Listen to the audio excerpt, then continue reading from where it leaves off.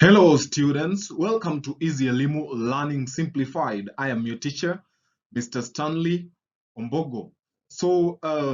Dear students, in this session, I want us to look at that is the introduction to the anthology, that is a silent song and other stories, a silent song and other stories. Dear students, when we talk about anthology, we are referring to a collection of stories or literary pieces by various authors. So it is a collection of stories written by different authors. So the main purpose of an anthology is to provide provide the potential reader with easy access to a wide range of stories or a wide range of literary works on a given message. Dear students, when we talk about a silent song, uh, it is a unique collection of short stories from various societies across the world. They have been carefully selected to represent various generation of writers from diverse backgrounds. If you look at the stories that we have, in the in the book, you realize that the authors come from different countries.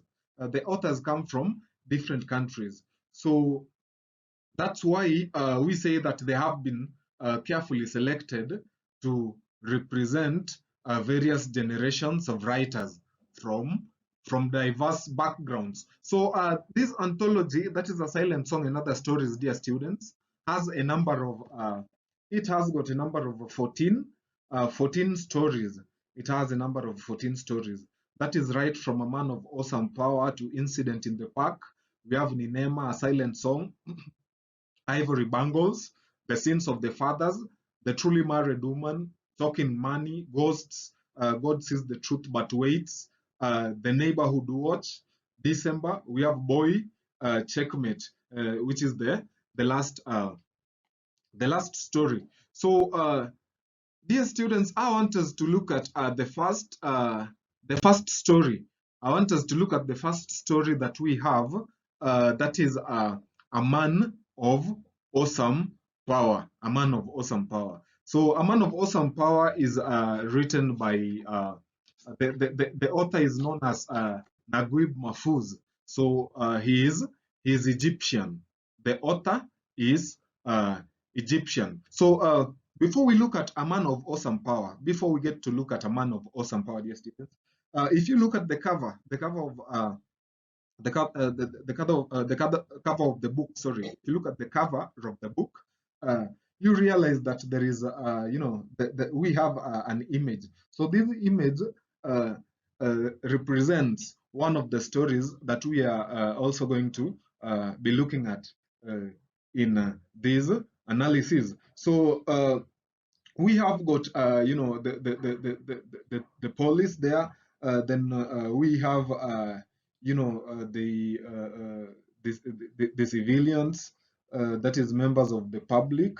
So there's a man being chased, that is by the police. So generally, it is a setting in a city. It is a setting in a city, or we can talk about a town. So we are going to come look at the cover one more time when we get to that story, and it is called uh, an incident in the park. An incident in the park.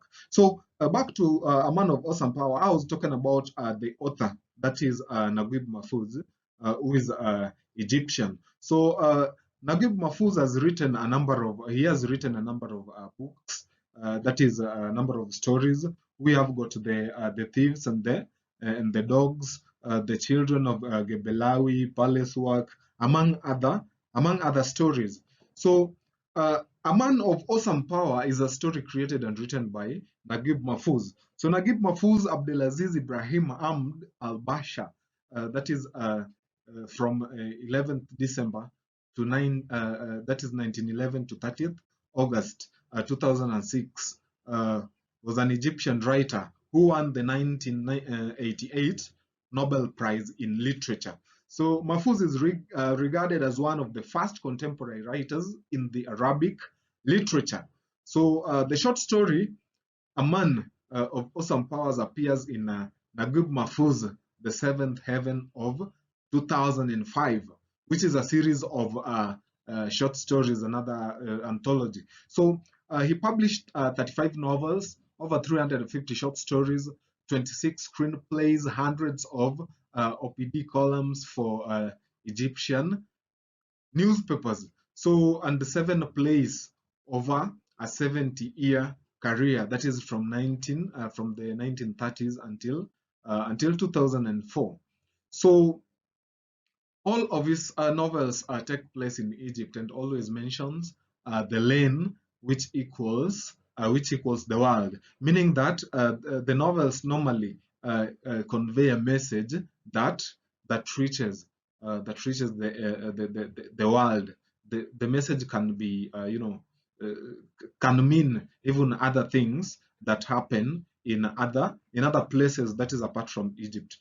But we are told that most of his novels take place in Egypt. So that is all about the author. That is all about that is Naguib Mahfouz. Now, when we come to the title, that is A Man of Awesome Power. So it is we are told it is an appropriate story because it refers to a man called Taib al-Mahdi. So it refers to Taib's that is miraculous ability to make things happen simply by saying be.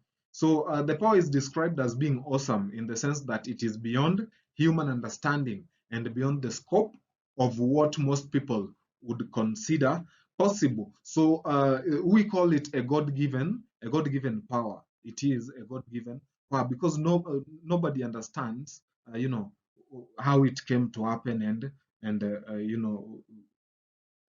who gave him the powers and all that.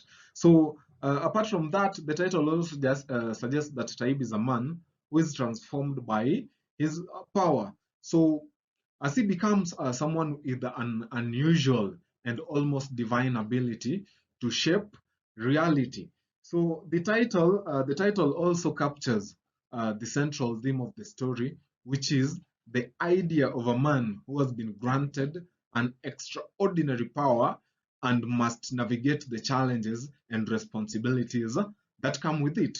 So the story also captures how an individual who is empowered when least expected utilizes the power given to him. So Taib's illusions of desire for a better country lead to his dream of power acquisition. So let's briefly look at the plot summary. Let us briefly look at the plot summary of A Man of Awesome Power. So remember, the central character here is Taib al-Mahdi. So in the plot, we are told that Taib al-Mahdi is a man who believes that he has completed his mission in life and is living a contented, retired existence in an apartment in Nasir city. So his current life is peaceful and uneventful. He spends most of his time watching TV, reading newspapers, or listening to the radio in the comfort of his apartment that he shares with his wife, since his daughters are already married. So apart from that, we are told that he listens to the radio channel devoted to the Quran. So he is following some religion. He is religious. So one night, a man of radiant appearance appears to him in a dream and tells him that he has the power to make things happen simply by saying be. So at first, Taib is skeptical of the dream, but when he tries out his new power by commanding the television to change channels, and makes it happen, he realizes that the dream was real. So, endowed with the newly acquired power, he sets out to reform his country and the entire planet as he had often wished.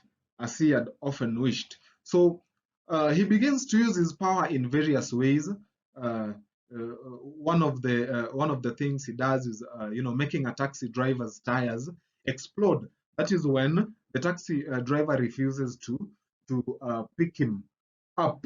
So he tried stopping the taxi, but the taxi driver, we are told, waved in haughty refusal. So this angered Tahib, and what he did is commanding, that is the or making the taxi driver's tires to explode. We are told they were the rear tires. So he also makes a television broadcaster sneeze uncontrollably. Then he also focuses on a corrupt businessman to go go and submit the taxes, to go and submit the taxes to the prosecutor's office, and also repent and pay his debts. So I think the man was called was it Suleiman? Huh? He was Suleiman. So there is a part where we are told that at this time he noticed a man called Suleiman Bey al-Hamalawi, surrounded by slavish devotees and followers, not far from his own seat in the cafe. Suleiman's stooges crowded around their benefactor in hypocritical sycophancy, inflating him grossly with the arrogance and conceit. The authorities counted Suleiman one of the fat cats of the reforms among the city's poor. Wonderful. Taib Mambo, just wonderful. So, what he did, just to brief you on what happened, even though we are still going to look at it. So, Suleiman Bey goes straight to the tax prosecutor's office to repent and say you are sorry and pay up the millions of pounds you owe. So that is another things that he does. So another thing is that he uses the power more and more. So he becomes more confident and ambitious. So and he begins to draw up a comprehensive plan for using his power to reform his country and the world. So, however, after a brief period of happiness and success with using his power, Taib makes a grave mistake that causes power to be taken from him, meaning that finally Taib loses his God-given power because he misuses it. So the start of the mistake is that he falls in love with a woman.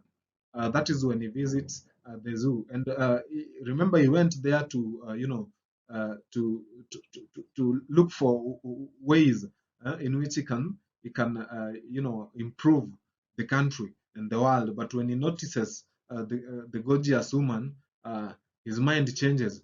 So Taib uses his power to make the woman at the zoo fall in love with him. So the consequences of the mistake is that their intimacy cost him his incredible power. So he pays his price for misusing the power that God had freely given him. So apart from using his powers, uh, making mistakes, that is using the powers to do some things that are not right, he also did a number of. He also used the power to do quite a number of good things. So that is after in the zoo. So after his the realization that his power had disappeared, Taib is left feeling sad and regretful. For though Taib is busy planning to effectively utilize his power for the good of all sectors in the country, the aforementioned unfortunate incident caused his greed. So what next is that he loses all the power. So Taib not only loses the power, given to him freely by God, but also the comfort and contentment that he had at the beginning of the story. uh, Remember, at the beginning of the story, we are told that he is someone, he had generous health insurance and more than adequate pension.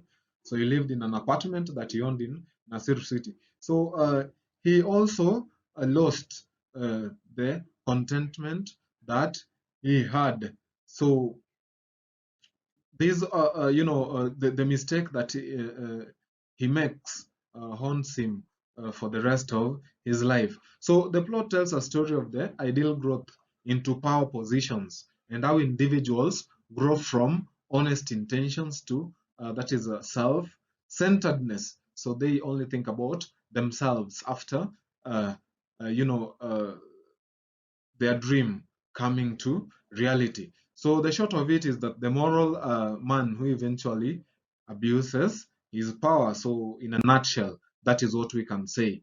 A moral man who is given a God-given power, but eventually loses all the powers. So thank you, dear students, for watching till the end. So please stay tuned for more to come on the thematic concerns, the styles that we have, and again, looking at the character portrayals of the characters that are mentioned in the story. So until next time, bye.